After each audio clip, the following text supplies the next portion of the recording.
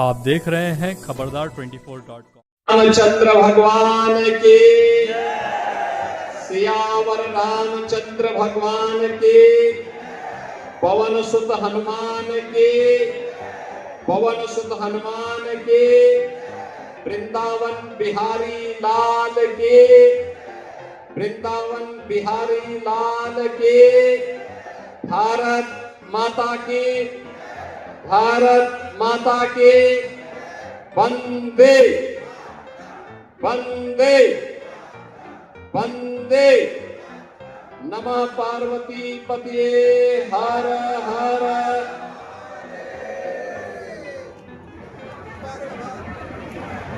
रोहा में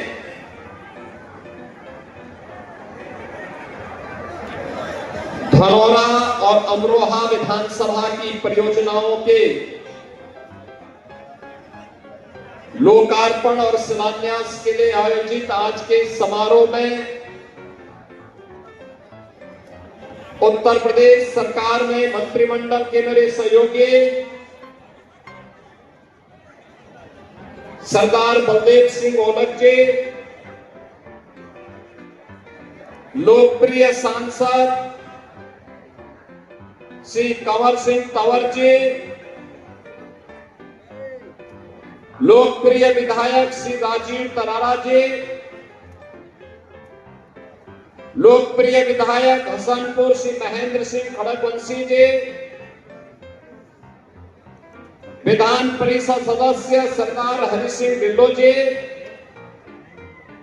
जिला पंचायत अध्यक्ष श्री ललित तंवर जी, भारतीय जनता पार्टी के जिला के अध्यक्ष श्री उदयगिरी गोस्वामी जी, जिला प्रभारी राजीव सिसोदिया जी, राष्ट्रीय लोकदल के क्षेत्रीय अध्यक्ष चौधरी रामवीर सिंह जी,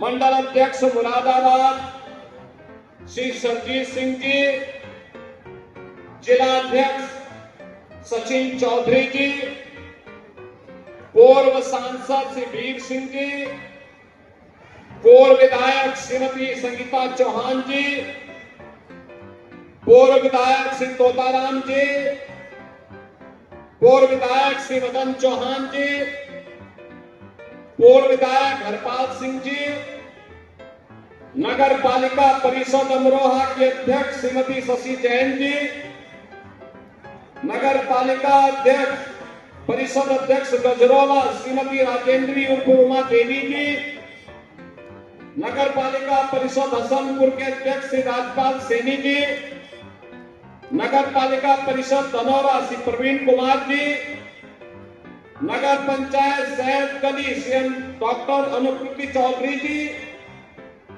ब्लॉक प्रमुख श्री गुरेंद्र सिंह ढिल्लों जी, ब्लॉक प्रमुख गजरौला श्रीमती मीनाक्षी चौधरी जी, ब्लॉक प्रमुख हसनपुर श्रीमती ममता गुर्जर जी, भारी संख्या में आज के इस कार्यक्रम में उपस्थित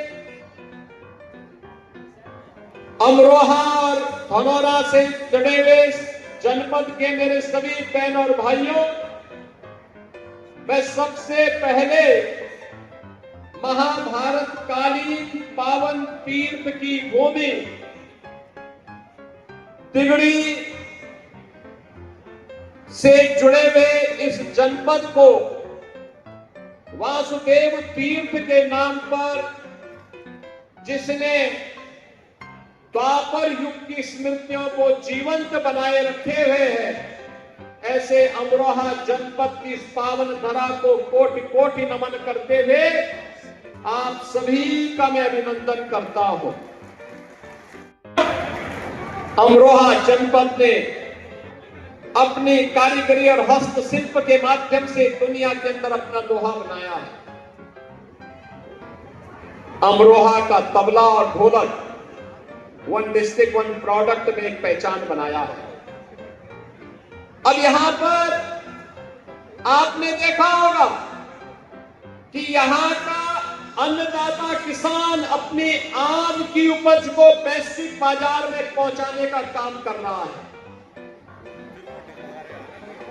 मध्य गंगा नहर परियोजना वह भी पूरी हो रही है और साथ साथ गंगा एक्सप्रेसवे ने तो अब आपके राह को और आसान कर दिया है। याद करिए ना, आज से 10 वर्ष पहले कोई सोचता था कि अमरोहा से दिल्ली की दूरी इतनी कम हो पाएगी? कोई कल्पना कर सकता था कि अमरोहा से लखनऊ और प्रयागराज की दूरी इतनी आसान हो पाएगी?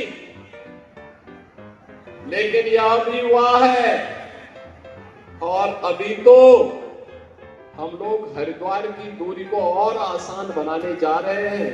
हमने प्रशासन को बोल दिया है, किसानों को अच्छा दाम मिलना चाहिए जमीन का।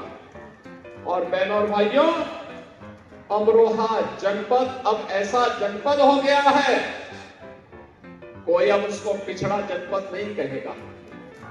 जैसे यहां की तबले की थाप कहीं भी बसती है लेकिन नाम अमरोहा का आता है, ऐसे ही विकास के पैमाने पर एक नए प्रतिमान की ओर स्थापित हो रहा अमरोहा अब अपनी पहचान बनाएगा। यहां का औद्योगिक विकास के लिए बन रहा पार्क, हसनपुर में बन रहा पार्क, औद्योगिक विकास को एक नई ऊंचाई देगा।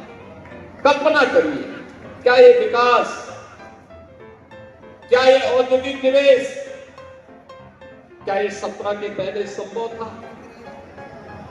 यहां के गन्ना किसानों को गन्ना मूल्य का भुगतान हो, क्या ये 2017 के पहले संभव था? नहीं। 2007 से 17 के बीच में पिछली सरकारों ने, याद करिए, प्रदेश की 29 चीनी मिलों को बंद किया था। 21 चीनी मिलों को पौने दांते बंद बेचने का काम किया था। और अगर वही सरकारें होती बहनों और भाइयों, अब तक उत्तर प्रदेश का पूरा चीनी उद्योग बंद हो चुका होता। आज डबल इंजन की भारतीय जनता पार्टी एनडीए की सरकार 122 चीनी मिलों का संचालन कर रही है। गन्ना मूल्य का हम लोगों ने अब तक 3,23,000 करोड़ रुपए का गन्ना मूल्य का भुगतान किया है। और जो गन्ना मूल्य पहले 300 रुपए प्रति क्विंटल मिलता था, अब उसका दाम 400 रुपए करके आज यूपी को सर्वाधिक गन्ना पैदा करने वाला, सर्वाधिक चीनी का उत्पादन करने वाला, सबसे अधिक इथेनॉल उत्पादन करने वाले राज्य के रूप में स्थापित भी किया है। बहनों और भाइयों, ये वर्ल्ड क्लास इंफ्रास्ट्रक्चर आने वाले 50 और 100 वर्ष की योजना को लेकर के तैयार किया गया है। हमारा नौजवान बेरोजगार नहीं होगा, हमारा नौजवान अब पलायन नहीं करेगा, हमारा अन्नदाता किसान अब हताश और निराश नहीं होगा। इस संकल्प के साथ प्रधानमंत्री मोदी जी के मार्गदर्शन में जो यात्रा हम लोगों ने 2017 में प्रारंभ की, आज मैं कह सकता हूं कि हमारे अमरोहा में, हमारे प्रदेश में अब सुरक्षा भी है, सुशासन का मॉडल भी है और समृद्धि भी आज बरसती हुई दिखाई देती है।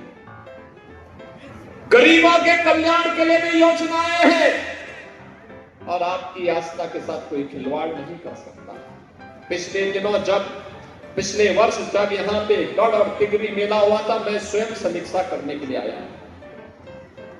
हम लोगों ने यहाँ पे सिंचाई विभाग को कहा है कि तिगरी तरफ मां गंगा कुछ काट रही है, अभी से प्रयास होना चाहिए, गंगा को चैनलाइज करो और यहाँ पर मेले के स्वरूप को और भव्य करो, जैसे तिगरी मेला और गढ़ मेला पश्चिमी उत्तर प्रदेश में माघ मेला की तर्ज पर कुंभ मेले की तरह ये भी चमकता हुआ दिखाई दे।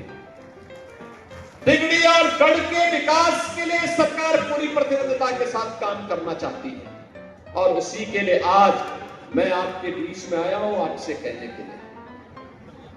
याद करिए, 17 के पहले आस्था पर प्रहार होता था, कावड़ यात्रा रोक दी जाती थी, श्री कृष्ण जन्माष्टमी पर प्रतिबंध लगा दिया जाता था। इन लोगों के द्वारा जय श्री राम बोलने पर लाठी डंडे चलते थे, आस्था के साथ खिलवाड़ होता था, सरकारें मौन होती थी, न यहाँ पे दुर्गा पूजा होने दी जाती थी, न कावड़ यात्रा चलने दी जाती थी, न रामनवमी की शोभा यात्रा निकल पाती थी, न जन्माष्टमी के अवसर पर कोई आयोजन हो पाते थे। 2017 में आपकी सरकार बनी, आज कावड़ यात्रा में कोई रोक नहीं, आज रामनवमी की शोभा यात्रा में कोई रोक नहीं, आज प्रदेश में श्री कृष्ण जन्माष्टमी के अवसर पर कोई रोक नहीं। टिगरी मेला में जाने वाले श्रद्धालुजनों को सरकार सुविधाएं उपलब्ध करवाती है, आस्था का सम्मान करती है, उसे हर स्तर पर सहयोग करती है और विकास के लिए इतने बड़े बड़े परियोजनाएं आ रही है। ये परियोजनाएं केवल परियोजना नहीं है बहनों और भाइयों, ये परियोजनाएं भविष्य की उन योजनाओं को जमीनी धरातल पर, क्योंकि ये योजनाएं आपकी केवल स्पीड ही नहीं बढ़ाएगी, जितना अच्छा इंफ्रास्ट्रक्चर होगा उतनी अच्छी स्पीड होगी, और जितनी अच्छी स्पीड होगी उतना ही आर्थिक समृद्धि भी होगी। उस आर्थिक समृद्धि के नए आयाम छूता हुआ अमरोहा जनपद आगे बढ़ेगा और इसी के लिए गंगा एक्सप्रेसवे पर हमारा फोकस था कि अमरोहा जुड़े, और अब तो अमरोहा उसके माध्यम से नई ऊंचाइयों को प्राप्त करता हुआ दिखाई दे रहा है।